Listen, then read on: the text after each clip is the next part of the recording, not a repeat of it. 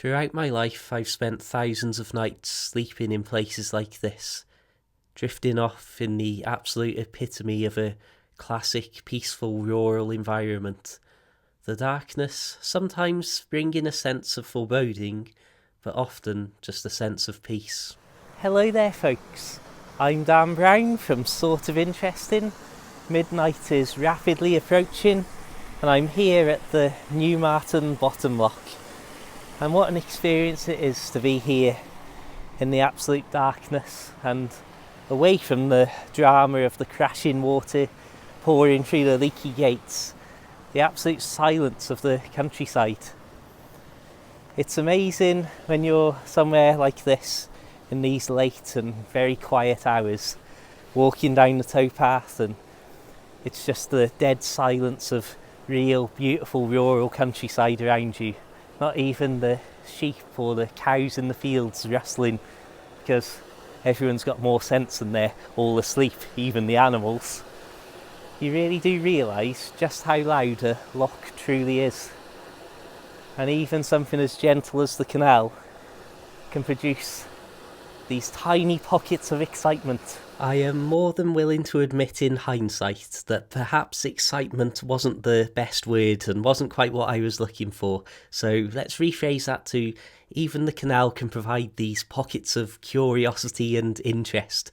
And certainly compared to the almost passive and hypnotic experience of being stood on the back of a boat, gently prodding away at the tiller as you glide down these long sweeping curves of a rural canal such as this, it's definitely a point of a lot more physical activity, and it's almost like you're being shocked awake from a wonderful dream when you arrive at one of these and suddenly have to start working the mechanisms, keeping the boat in check so that it doesn't end up halfway submerged at the end of the experience.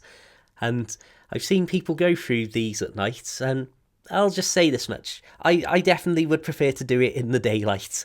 Now, talking of daylight, we can already tell that we're in a beautiful rural location, but just look at this. Look at where we actually are.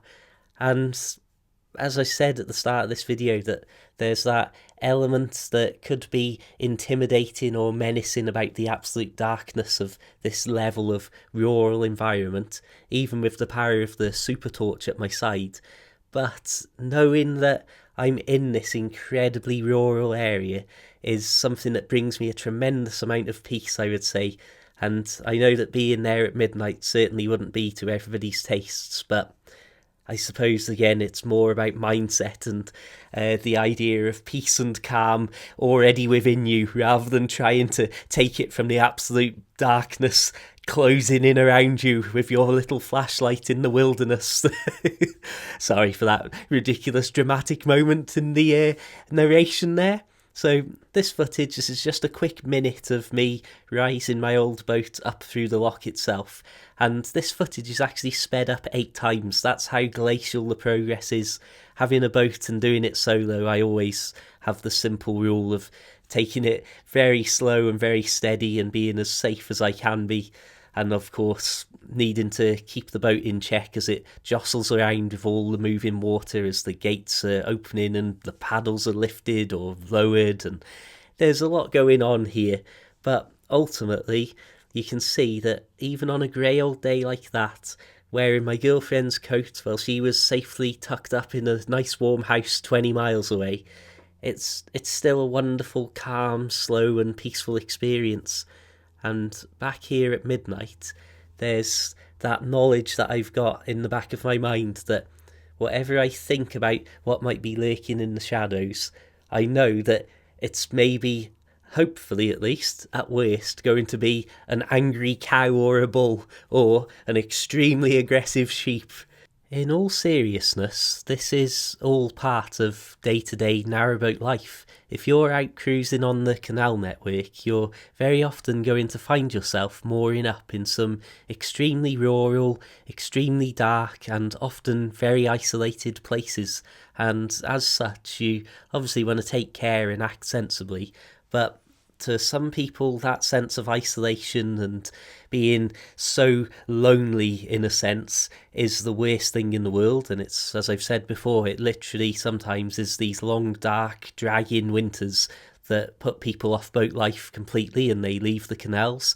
And then to some people, such as me, maybe the more antisocial characters who like to hide out in the middle of nowhere, absolutely love that very same thing. I didn't have any specific reason to be out here for as long as I was. I came out especially and was doing a bit of podcasting as I was walking up to the locks, and then found myself here with my big torch, and I thought, you know what, well, we're here, let's just enjoy. And I probably spent 45 minutes longer than I needed to, just milling around, looking at stuff, enjoying the environment, just standing about with the torch turned off, taking in the experience. Well, I was out here during that particular night. I'd say that there was one boat on its own moored up in maybe 2 miles of otherwise desolate canal.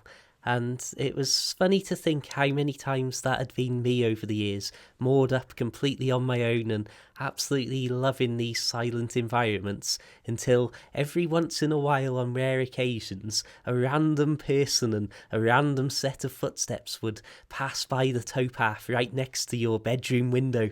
And how the roles had reversed on this night, and I was now the random footstepper.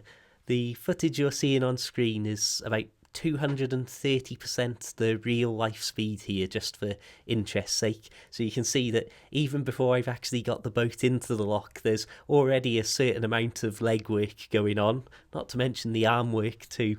In hindsight, it did make me chuckle, the idea that there was somebody moored up and living on that boat, and that they might have just happened to look out of the curtains at some point and see this alien flashlight beaming up into the sky around the lock, through the trees around the corner, and think, oh, there's a boat coming through the lock. Flipping heck, they're travelling late. And then lying in bed thinking, well, we're going to have a boat come past us at some point in the next 20 minutes or so. And then when no boat turned up, maybe thinking, oh, well, I suppose it's dark and it's late, so they've probably just moored up as soon as they came out of the lock. And then the next morning when they look out and see that there was never any boat, did the lights exist? And I don't know, I'm just having a little bit of fun here. Anyway, I think that's a sign that I should wrap this video up and say thank you so much for tuning in. Hope you've enjoyed just seeing some of the nighttime footage, just something a little bit different compared to the beautiful blue sky daytime footage that I've posted a lot of on my videos over the year. If you're interested, please consider checking out my short books about boat life, paperback and Kindle versions available, links in the description. If you're also interested and want to help me out, please consider checking out the Patreon at patreon.com/sortofinteresting. It's not all paid stuff. I post a lot of free little clips and articles and photos over there too, so don't consider that as purely a subscription thing. And, well, check the links in the description. Until the next time, my friends, keep it interesting, keep it boat worthy, have a fantastic day, and of course, farewell.